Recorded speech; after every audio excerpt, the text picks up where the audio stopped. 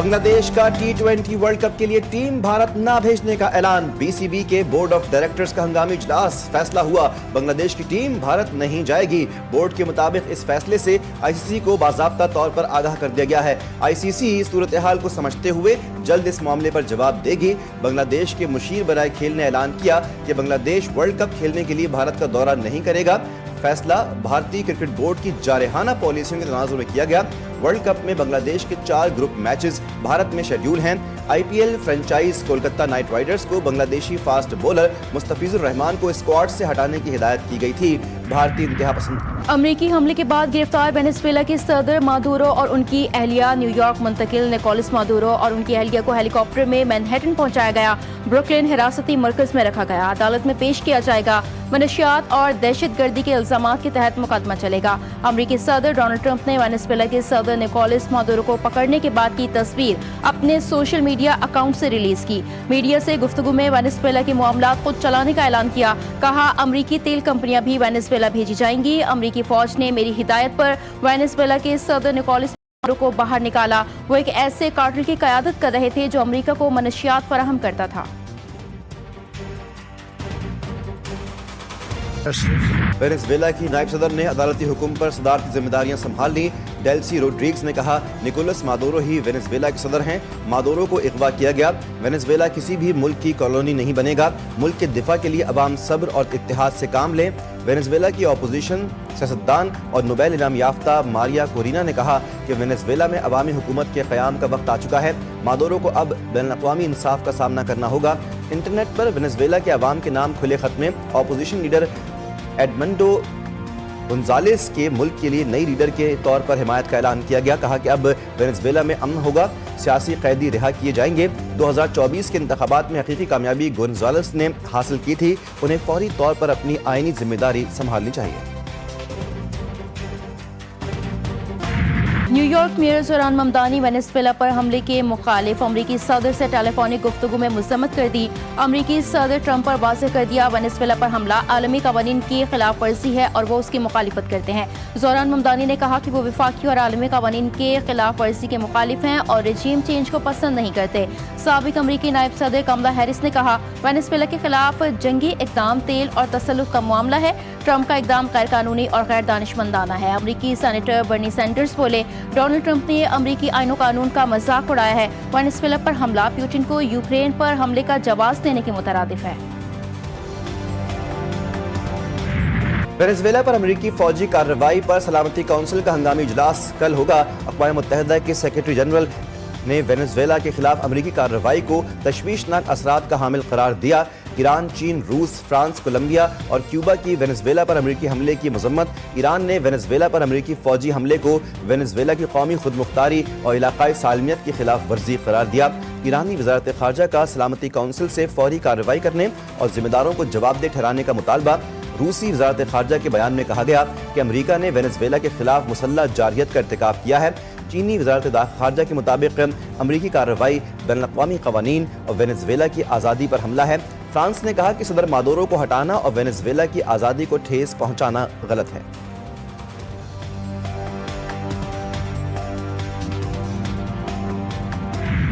Venezuela میں امریکی فوجی کارروائی اور صدر ٹرمپ کے وینزویلا کو کنٹرول میں رکھنے کے بیان پر واشنگٹن میں وائٹ ہاؤس کے باہر مظاہرہ۔ وینزویلا کے خلاف جنگ نہیں کے بینرز لہرائے۔ نیو یارک شہر کے ٹائمز اسکوائر میں مظاہرین کی ریلی۔ ٹرمپ کی گرفتاری کا مطالبہ۔ پیرس میں بائیں بازو کے مظاہرین کی وینزویلا پر امریکی حملوں کی مذمت۔ وینزویلا کے جھنڈے لہرا دیے۔ وینزویلا کے صدر مادورو کی گرفتاری کے خلاف یونان کے دارالحکومت ایتھنز میں ہزاروں افراد کا مارچ۔ روم میں اٹلی کے شہریوں کا وینزویلا میں امریکی آپریشن کے خلاف احتجاج۔ ارجنٹینا اور کولمبیا میں بھی امریکی حملے کے خلاف مظاہرے۔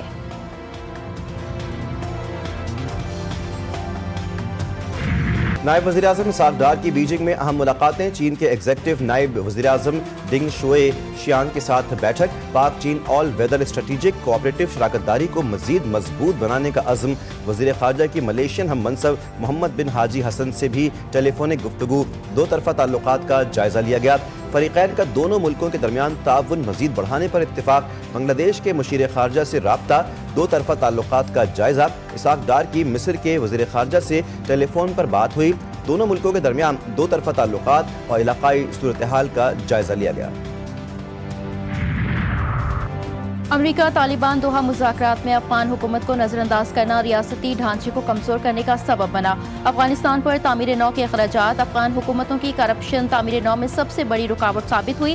افغان سیکیورٹی اداروں میں ہزاروں گھوسٹ ملازمین فورسز کے لیے مختص ایندھن بڑے پیمانے پر چوری ہوتا رہا۔ خصوصی امریکی انسپیکٹر جنرل کی حتمی رپورٹ جاری۔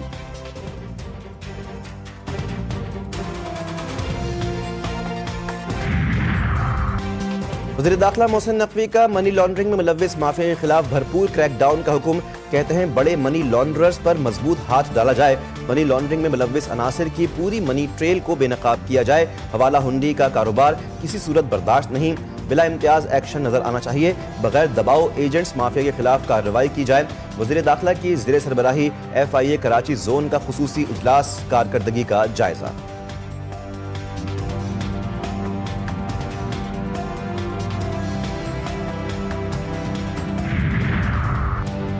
وزیر اعلیٰ خیبر پختونخوا سہیل آفریدی 11 جنوری کو کراچی کا دورہ کریں گے۔ اپنے ایکس پیغام میں سہیل آفریدی نے لکھا کہ کراچی میں 11 جنوری 4 بجے مزار قائد پر حاضری دوں گا۔ سندھ کے دورے پر وزیر اعلیٰ سندھ نے جمہوری اقدار اور منصب کی تکریم کو مانتے ہوئے مجھے ملنے کی دعوت دی، جس پر میں ان کا شکریہ ادا کرتا ہوں۔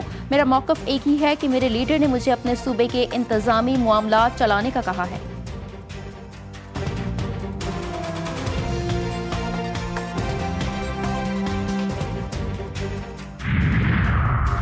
قومی مذاکراتی کانفرنس تحریک تحفظ آئین پاکستان نے شرکت سے انکار کر دیا۔ نیشنل ڈائیلاگ کمیٹی کی جانب سے تحریک تحفظ آئین پاکستان سے رابطہ کیا گیا اور انہیں قومی کانفرنس میں شرکت کی دعوت دی گئی۔ ذرائع نے بتایا کہ تحریک تحفظ آئین پاکستان نے جواب دیا، ہمیں آج دعوت نامہ موصول ہوا ہے، کانفرنس میں شرکت سے انکار کر دیا ہے۔ بانی PTI نے مذاکرات کا اختیار تحریک تحفظ آئین پاکستان کو دیا ہے۔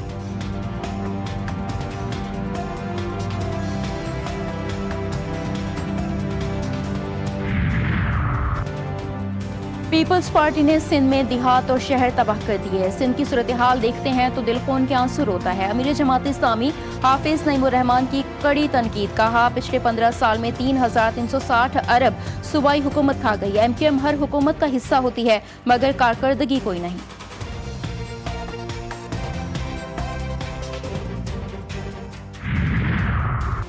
سندھ حکومت تعلیم کو محض انتظامی معاملہ نہیں سمجھتی، اعلیٰ اور فاصلاتی تعلیم کے لیے اقدامات کر رہے ہیں۔ وزیر اعلیٰ سندھ مراد علی شاہ کہتے ہیں تعلیم کا سفر کسی منصب پر پہنچ کر رک نہیں جاتا، ہمارا یقین ہے کہ تعلیم ہی وہ راستہ ہے جو ریاست کو مضبوط بناتا ہے۔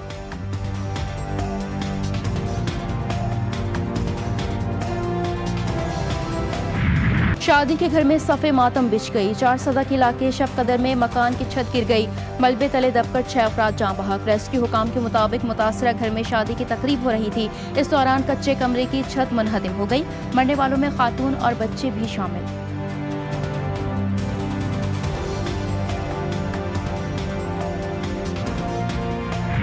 لکی مروت میں دہشت گردی، نامعلوم موٹر سائیکل سواروں نے ٹریفک پولیس اہلکاروں پر گولیاں برسا دیں۔ فائرنگ سے ٹریفک پولیس کے 3 اہلکار جاں بحق، لاشیں اسپتال منتقل۔ شناخت نورنگ جلال خان، عزیز اللہ، عبداللہ کے ناموں سے ہوئیں۔ بنو میں تھانہ منڈان کی حدود کلفشی خیل میں نامعلوم افراد کی فائرنگ سے پولیس اہلکار رشید خان شہید۔ صدر مملکت اور وزیر اعظم کا فائرنگ کے واقعات پر اظہار افسوس، شہید پولیس اہلکاروں کی قربانیوں کو سلام پیش کیا۔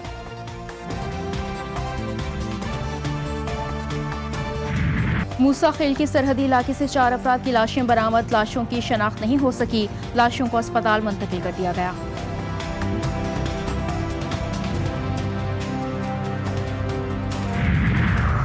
کراچی کے علاقے بفر زون میں گھر میں ڈکیتی کی واردات ناکام، تیموریہ پولیس کی بروقت کارروائی، فائرنگ کے تبادلے میں 3 ڈاکو مارے گئے، 1 زخمی حالت میں گرفتار۔ ڈاکو گھر میں واردات کے لیے داخل ہوئے، پڑوسیوں کی اطلاع پر پولیس بروقت پہنچ گئی، ہلاک ملزمان سے اسلحہ اور لوٹا ہوا سامان برآمد۔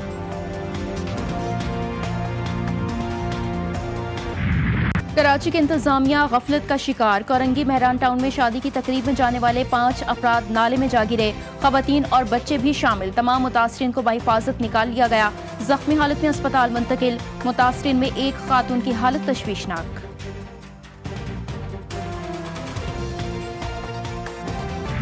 جامعہ کراچی کے سامنے نازیبا حرکت کرنے والا ملزم گرفتار، گاڑی میں نازیبا حرکت کرنے کی ویڈیو سوشل میڈیا پر وائرل ہوئی تھی۔ ملزم گلستان جوہر کا رہائشی ہے اور شادی شدہ ہے۔